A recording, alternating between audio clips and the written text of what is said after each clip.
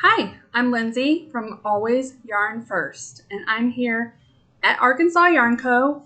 for the June unboxing of the Sock Yarn Society. You'll notice I don't have Lori here today. She is on a well-deserved break this week, so it's just me. But I have all the June goodies that will go out in the June box. So here is the theme. Be the light. So let's start with the yarn. This might be blowing out just a little bit. So this is Be the Light. This is the Yummy High Twist base. This is 85% superwash merino, 15% nylon, 399 yards per 100 grams. I like this base a lot, especially for socks with the twist. So an extra this month that we're getting is a mini, and it has its own name called Lighten Up. You can see Lori's speckles in there. And then of course we have tea.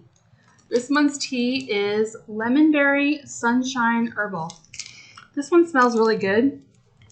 I kind of want to open this up and have this right now for an afternoon tea break. And then we get to my favorite part, which is the stitch markers. This one's super cool.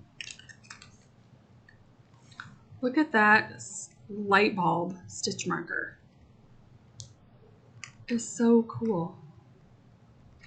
And then we have this that, of course, as always, Jessa matches the card. We see everything coordinates as always with Lori's boxes. And last but not least, we have needle toppers, stitch stoppers, whatever you call them. These are little light bulbs too. These are so cute. And it literally match the name of the yarn, Be the Light.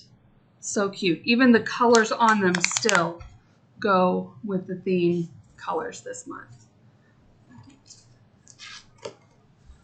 So yeah, as always on the code too, if you're new to the Sock Yarn Society box, you'll notice on the back there is a scratch off, and that is good for a coupon code for at Arkansas Yarn Code that you can use online also.